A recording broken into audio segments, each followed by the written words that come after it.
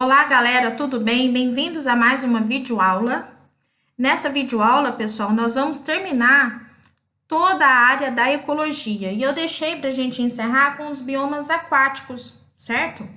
Por que que eu tô deixando os biomas aquáticos? Achei interessante o nosso sistema apostilado trabalhar os biomas aquáticos. Geralmente a gente trabalha só os terrestres no primeiro ano. Geralmente vê só no terceiro. E desde já vocês já estão acompanhando. Então é super legal isso, tá? Então, para vocês não se perderem, para a gente encerrar a ecologia, estamos lá na página 525 e 526, nos biomas aquáticos, certinho? Só que eu vou aproveitar que hoje vai ser a nossa última aula de ecologia para a gente adentrar em botânica. Vocês vão ficar maravilhados com botânica, é muito legal, é muita coisa boa para aprender. Então, para a gente fazer esse encerramento, eu vou utilizar também esse material, essa gravação de hoje, para a gente revisar alguns conceitos, tá bom? De ecologia. A começar nos níveis de organização. Pela prova, primeiro ano, eu sei exatamente onde vocês erram. Vocês erram no habitat e nicho, então esse organismo, ele vive num local de moradia, um local mais restrito, que é o habitat. O que ele faz, as suas funções, o seu comportamento, o seu modo de vida é o nicho. Então tem que tomar muito cuidado com a diferença de habitat e de nicho. Vocês estão lembrados? Lembram que vocês erraram isso na avaliação? Outra questão que eu observei que vocês erraram muito foi ecossistema, gente. Não pode confundir ecossistema com comunidade. Comunidade são todos os seres vivos que residem numa área, seres vivos de espécies diferentes que se interrelacionam entre si. Quando essa inter-relação envolve também os fatores físicos, químicos, eu estou falando dos fatores abióticos, dos seres não vivos. Então, quando o exercício, turma, trabalhar ecossistema, ele quer lá na alternativa seres vivos, que é a comunidade ou comunidade biótica, tá? Associada, relacionando com seres não vivos, certo?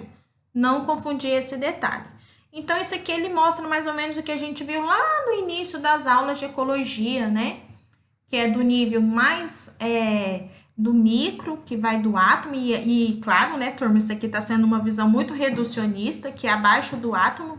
A gente achava que ele era indivisível, então tem mais de 400 subpartículas, né? O professor de química já falou isso para vocês. E do átomo nós temos até a biosfera, a gente está no sistema solar e imagina a diversidade que tem, ok? Então, não pode confundir nicho com habitat, não pode confundir ecossistema com comunidade. Vamos continuar agora para o nosso conteúdo que eu deixei para o final, que foram os biomas aquáticos. E para a gente entender os biomas aquáticos, por isso que eu mostrei isso aqui. Paramos aqui na biosfera, né? Que é toda parte da Terra, porção da Terra onde há vida. Ou então, tem alguns livros, alguns autores que consideram a biosfera como o conjunto de todos os ecossistemas, que também está correto. E essa biosfera é dividida em biociclos. Então, existem 3 biociclos: o epinociclo, o liminociclo e o talassociclo. O epinociclo nós estudamos. Quem que é o epinociclo? É o conjunto de todos os ecossistemas terrestres, são os biomas. Estudamos os biomas que têm muita relação, né, com a latitude, com a altitude, com o clima. Este bioma, turma, que eu tô mostrando aqui na imagem, só de olhar essa imagem, vocês conseguem identificar? Vocês não vão chegar lá no terceiro ano e me passar vergonha, não, né? Ó, essa imagem mostra a floresta de coníferas, a taiga, a floresta boreal, tá? Então, só um resuminho. Epinociclo são os biomas terrestres. A gente estudou quase 5 aulas para trabalhar os biomas, porque trabalhamos os biomas do mundo e trabalhamos os biomas do Brasil. Vocês viram tanto que o Brasil é diverso em relação aos biomas. Nessa aula, especificadamente, nós vamos diferenciar os biociclos aquáticos, que são os biomas aquáticos, que é o biociclo chamado liminociclo. Liminociclo é o conjunto de todos os ecossistemas de água doce. Então, pensa tudo que é água doce: rio, lagoa, cachoeira, tudo, riacho, entra nessa classificação de liminociclo. Limino do grego, doce, certo? Talassociclo é o conjunto de todos os ecossistemas de água salgada. Então, toda a região do globo terrestre onde tem água salgada é o talassociclo. Então, o que o vestibular exige de vocês? Aqui nós já vimos, deixa o epinociclo para lá. Quais são as diferenças? Onde tem maior biodiversidade? As divisões em relação à luz, em relação à profundidade, em relação aos seres vivos. E isso a gente vai aprender agora, ok? Então, vamos partir para o primeiro, os epinociclos, né? Que a gente viu. Vocês conseguem identificar alguns aqui só pelas imagens, ó, muito frio, sem árvores, tundra, floresta temperada, desertos, taiga, tropical, pradarias e assim vai. Nós já estudamos bastante. Uma informação importante, nos epinociclos, turma, que nós temos maior diversidade de espécies, por incrível que pareça. Ju, mas o mar é muito maior, a quantidade de água na Terra é muito maior, sim. Só que existe um fator que vai influenciar os epinociclos, que são os ambientes terrestres, terem mais biodiversidade, que são as barreiras geográficas. Vocês vão estudar em evolução que as barreiras geográficas propiciam a especiação, que é a formação de novas espécies. E isso acontece nos ecossistemas terrestres. Diferente, esse mecanismo de formar novas espécies na água é menor, porque devido a justamente o menor número de barreiras geográficas. Vamos resumir os epinociclos, então, que nós já estudamos. São os habitats terrestres, são os ecossistemas terrestres, ou se a gente fosse resumir, dentro desse ecossistema a gente tem os biomas, que tem a fauna característica, a flora característica, um clima característico de cada ecossistema. Tem mais diversidade e tem maior chance de propiciar a especiação. Por causa de quê? Por causa da variação climática e por causa do número de barreiras geográficas. Vou fazer uma setinha vermelhinha para mim. Então, não pode esquecer desses dois detalhes, as barreiras e a variação climática. Fechou? Vamos continuar agora para o mais legal, a gente diferenciar liminociclo e de talassociclo. Então, o primeiro slide que eu vou trabalhar são todas as províncias de água doce. Toda vez que o exercício trabalhar com vocês liminociclo, limino quer dizer doce, tudo bem? Então, pensa tudo que é água doce, turma. Tudo que vocês lembram dos rios, dos riachos, das cachoeiras, das cataratas, de tudo. Dos lagos, das lagoas, certinho? Só que esse liminociclo, que é toda a porção da terra onde tem água doce, ele é dividido em província lêntica, olha o nome, lêntica, e província lótica. Qual é a diferença dos dois? Tem. Província lêntica vem de lento, são todas as águas paradas, então que seria lagos, lagoas. Província lótica são todas as águas correntes, rios, riachos, cachoeiras, cataratas. Ju do céu, será que só isso, se eu sabendo só isso, eu consigo fazer um exercício? Não, nem sempre. Você já saber que quando eu estou falando de lêntico e lótico, são de águas doces, já me ajuda. Só que agora vamos caracterizar. Onde que vocês acham, turma, que tem mais oxigênio? Na água parada, que está totalmente parada, ou na água que está em movimento? O que vocês acham? Então, ó, as províncias de águas correntes têm maior oxigênio. Apesar, olha só que incoerência, apesar de ter menor concentração de produtores. Porque, veja bem, a água está se mexendo o tempo todo, está em constante movimento, o número de produtores e de fitoplâncton é menor. Então, por que tem oxigênio? Devido a justamente esse movimento da água, certo? Gera mais oxigênio. Quando você pega que a província lêntica, é importante um aspecto, o aspecto reprodutor. Onde que você acha que é mais fácil acontecer reprodução, o encontro dos gametas? Por que você acha que grande parte dos animais marinhos vão em regiões mais tranquilas para reproduzir? Porque tem que estar de boaça, tem que estar tranquila, água parada. Então, as províncias lênticas que têm água parada são melhores para ter reprodução. Para quê? Para favorecer o encontro dos gametas.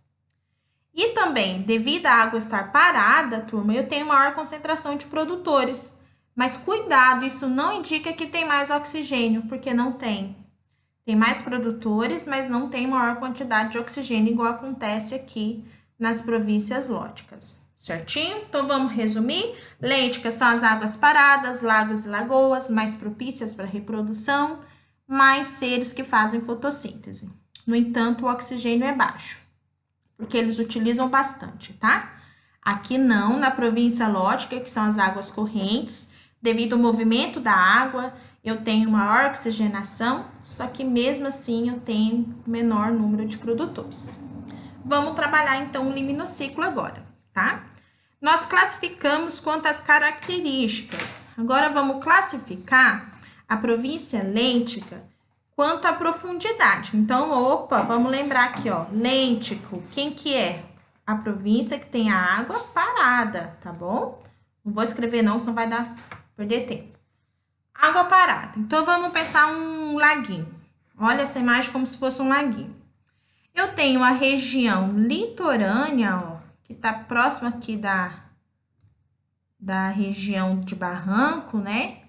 É aqui que eu tenho, por exemplo, mais espécies aqui, tanto espécies terrestres quanto aquáticas, fazendo a transição. A região liminética, que às vezes tem outros nomes, essa região é a região do meio, ó. É aqui que tem, por exemplo, seres planctônicos, que a gente vai falar daqui a pouco, seres nectônicos que nadam, tá? E a região que tem, aqui eu tenho mais luz, aqui eu tenho uma porção média de luz. Quando eu chego aqui na região profunda, eu já mudo, eu já tenho seres que são detritívoros, seres que comem os restos do que cai lá de cima. Eu tenho seres decompositores aqui, por quê, Ju? Porque aqui não chega luz. Essa é a divisão para as províncias lênticas, para lagos, para lagoas, ok? Bom, agora vamos entrar no talassociclo. Então, a gente encerrou essa parte aqui, ó. Liminociclo, que é dividido em lêntico e lóticos. Lêntico, água parada, lótico, água corrente. Agora, vamos aqui, ó, pessoal, talassociclo. É a maior porção de biociclo da Terra, certo?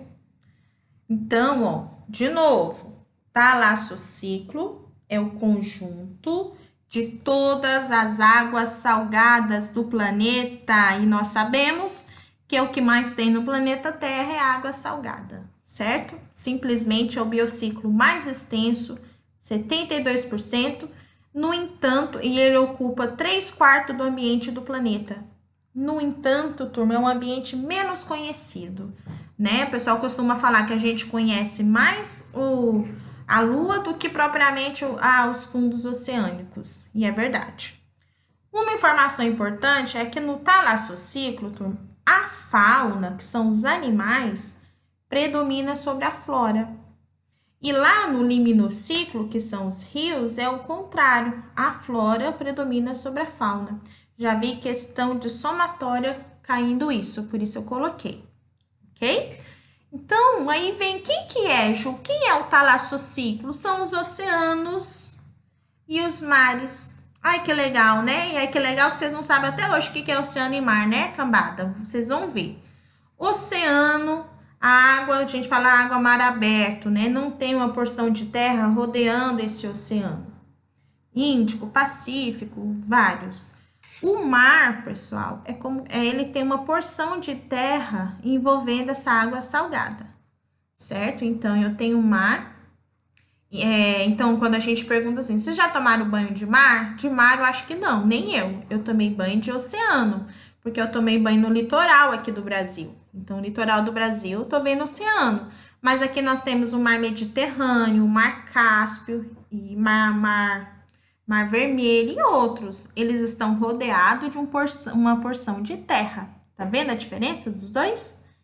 Bom, e aí a partir daqui, do talassociclo, nós vamos classificar os seres vivos que vivem nessas regiões, vamos classificar a profundidade, vamos classificar a quantidade de luz e vamos classificar o relevo. Então, isso tudo às vezes é uma imagem só. Então, bora lá, vamos entender um pouquinho do talassociclo.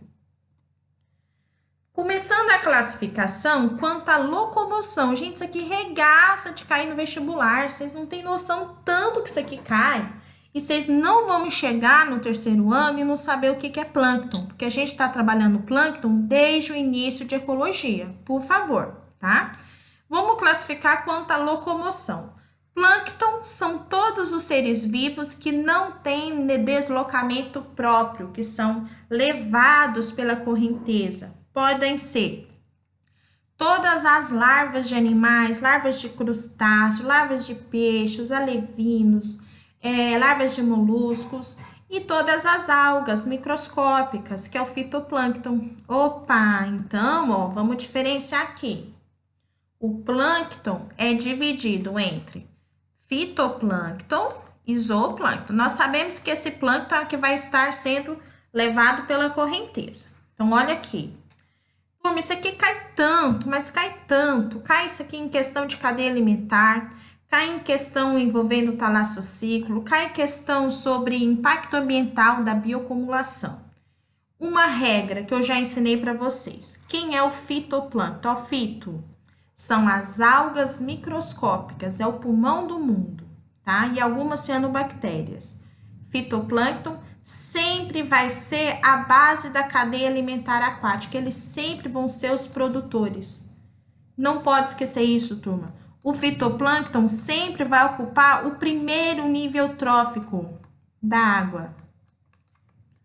Nunca que vocês podem falar que é o zooplâncton. Vocês já saberem isso, vocês já me ajudam 100%. Então, de novo, fitoplâncton é um tipo de plâncton que é levado pela correnteza. Ele sempre é considerado o primeiro nível, pois são os produtores, eles fazem fotossíntese, eles precisam de luz, ok? Daí, eu tenho os animais que se alimentam desse fitoplâncton, que são as larvinhas que eu falei, que então vou chamar de zooplâncton. É regra, turma, outra regra, que o zooplâncton sempre vai ser o consumidor primário. Não pode esquecer isso. Ou então herbívoros, depende do que o exercício fala, sempre serão consumidores primários. Vamos lembrar uma questão aqui envolvendo impacto ambiental. Se eu jogo, por exemplo, um inseticida aqui, o DDT na água, né?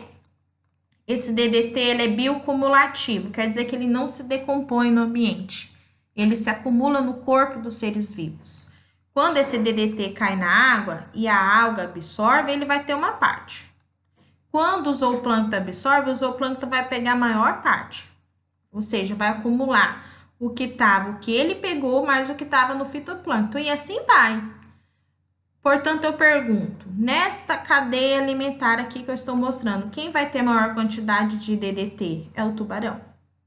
Porque ele está no último nível trófico. Então, os seres que participam do último nível trófico, geralmente acumulam os metais pesados, os agrotóxicos. Vou dar um exemplo.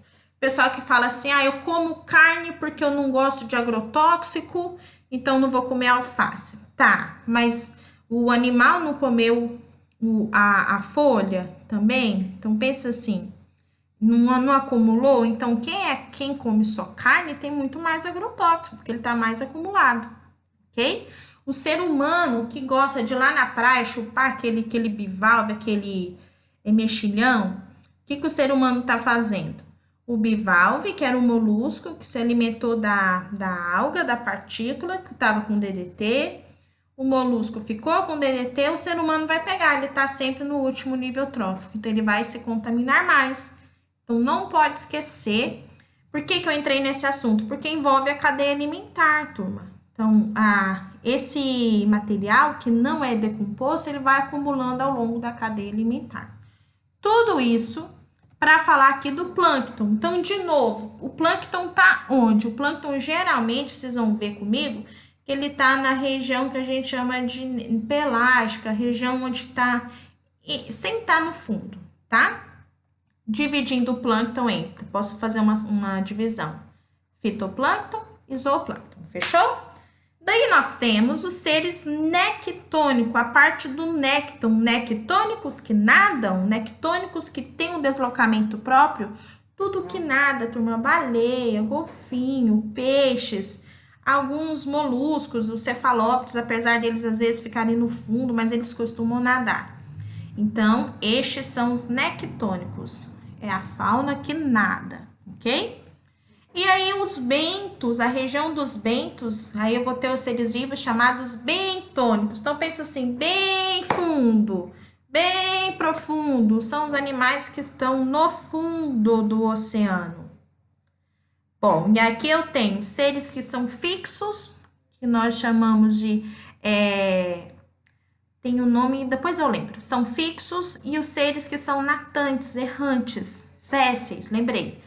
Os bentos podem ser necessariamente fixos, eles estão grudados, então tem algas macroscópicas que estão grudadas, esponjas que são sésseis, corais que são sésseis, e eu tenho também os bentons que são errantes, que ficam sobre o solo.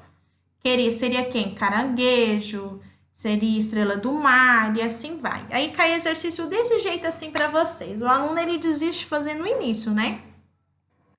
Pede para identificar as zonas quanto à classificação da locomoção. Então, vamos lá.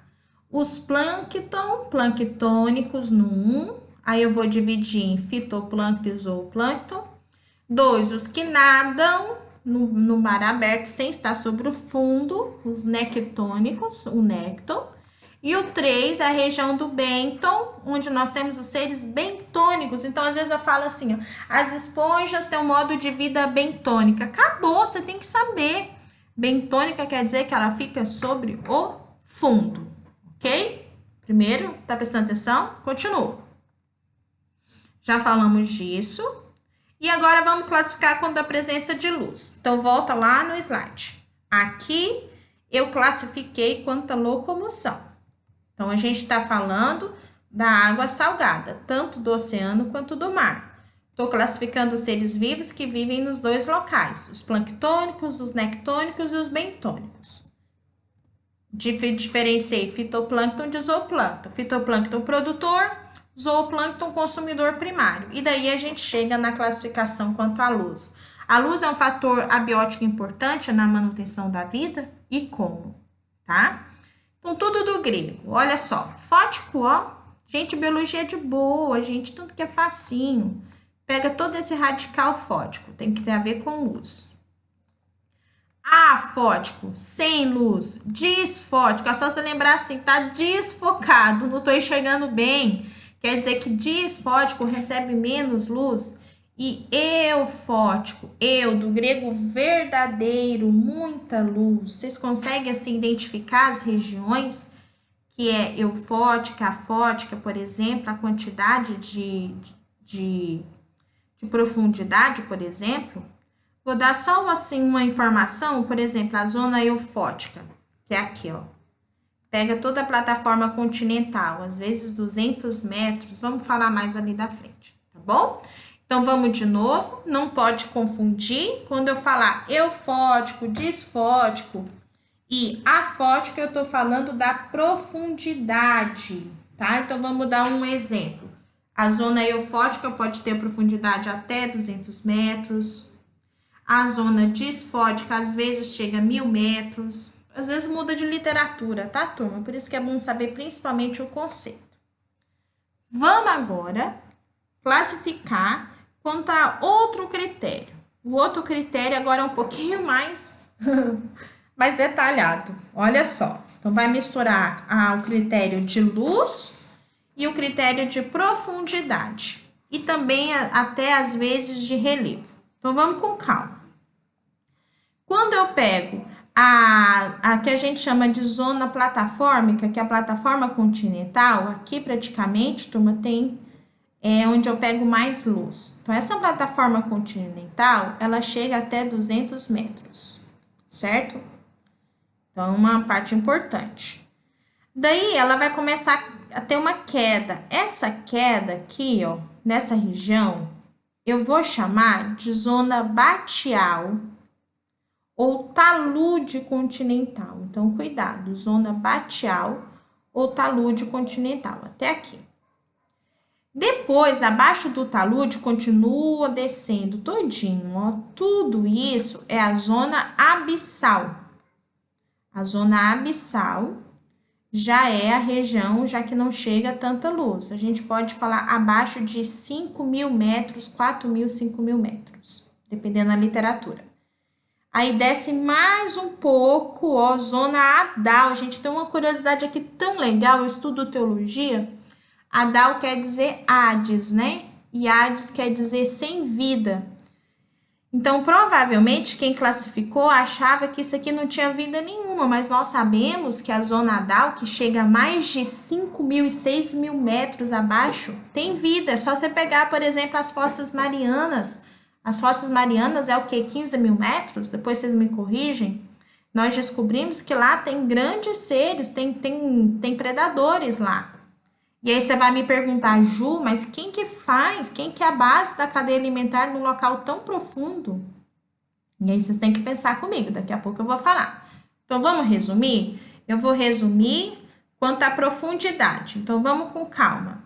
Eu tenho a plataforma continental, 200 metros. Eu tenho a plataforma batial, talude, na verdade não gosta de falar de plataforma, talude continental ou zona batial, que pode descer de 2.000 metros a 3.000 metros. Por que eu tô falando dos dois? Porque tem diferença de literatura. Depois eu tenho, ó, então o talude vem mais ou menos aqui assim. Aí começa a zona abissal todinha, até chegar a 4.000, 5.000 metros, às vezes 6.000 metros. Abaixo de 6.000 metros eu tenho a zona adal.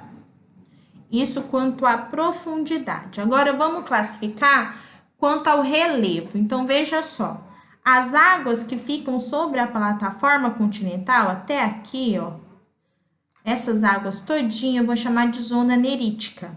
Então a zona nerítica é o relevo que está na plataforma continental. A zona oceânica, turma, tá vendo o fundo todinho, tanto de água? A zona oceânica é o que está além da plataforma. Quando ela tem essa quebra aqui, já começa a ter a zona oceânica. A gente fala assim que é o mar aberto, que já tá bem longe. Né? Não é bem certo falar assim, mas é o que não está na plataforma continental. E tudo isso, juntando a zona nerítica, onde está a plataforma continental, com a zona oceânica, eu tenho a zona pelágica. Zona pelágica, do grego, acho tão legal, pelágico quer dizer mar aberto. É a região onde não é profundo. Então, toda essa parte aqui, assim, ó, é a zona pelágica, onde não é fundo. Então, eu tenho seres planctônicos, lembra que a gente estudou? E eu tenho seres nectônicos, que nadam. Gente, olha que curioso. Agora, veja só. A gente conhece tão pouco do fundo oceânico, a gente conhece tão pouco da biodiversidade e nós estamos já destruindo o mar antes mesmo de conhecê-lo, né? Então, umas curiosidades. Lá nas regiões abissais, na zona abissal e na zona adal, nós temos as fendas oceânicas, onde saem alguns gases de vulcão. E aqui eu tenho bactérias autótrofas, então presta atenção, quem que é a base da cadeia alimentar da zona onde não tem luz são as bactérias autótrofas. Então tem vida, porque se eu tenho produtor, eu tenho consumidor, então você pode ter certeza que tem vida. Aqui nós temos as fissuras hidrotermais, eu tenho gases tóxicos, né? Nem vou falar aqui da pressão, que a pressão aumenta. Sabe aquele cara que fez o Titanic? Ele desceu aqui num local, não sei se foi nas Fossas Marianas, que ele tinha batido o recorde onde uma pessoa desceu a tão profundidade, mas teve outra pessoa que eu vou identificar, que eu não me lembro, que foi bem recente, que passou, né, o cara, esqueci o nome dele, é o cara do diretor do Titanic, depois vocês procuram, certo? Bom, e aqui as pesquisas da origem da vida estão aqui, por exemplo, turma, tá? Porque provavelmente essas condições simulam a Terra primitiva. Então, vamos pensar assim, que a quantidade de espécies de biodiversidade está principalmente na zona onde tem mais luz, então na plataforma continental. Então, se a gente pensar os recifes de corais, eles estão aqui, tá? Aqui é o mar aberto. Gente, olha só que curioso, só da gente ver essa imagem, a gente fica já meio que assim, gente, tão que grandioso é o nosso planeta, né? O que a gente não conhece aqui na Zona Down, o que a gente não consegue ver e não tem interesse, né? Da comunidade científica em ver. Às vezes até tem, mas é muito dispendioso. Tem um tratado, uma coisa interessante, um tratado em que quem que é dono do mar, né, turma? Acho isso tão legal. Existe um tratado de acordo que todo mundo pode ter o direito de ter os recursos de um local específico, mas aí entra um monte de problemática, mas eu achei uma curiosidade importante. Então, para a gente finalizar, só para situar vocês, isso aqui vocês vão rever novamente no terceiro ano, com mais detalhe ainda, né? Eu passei mais por cima. E ver que sempre caem essas coisinhas aqui. Então, só para lembrar, não confundir. Quando eu falar profundidade, eu estou falando plataforma, talude, abissal e adal. Quando eu falar posição de relevo, onde que as águas se encontram, zona nerítica encontra sobre a plataforma, oceânica não está sobre a plataforma. Quando eu falar luz, então luz, eufótica, disfótica e afótica, então, turma, cuidado, tá? Então, são critérios diferentes, tá bom? Um beijo no coração de vocês, nos vemos para começar a botânica na próxima aula, tá certo? Um abração para vocês e a gente se vê. Até mais!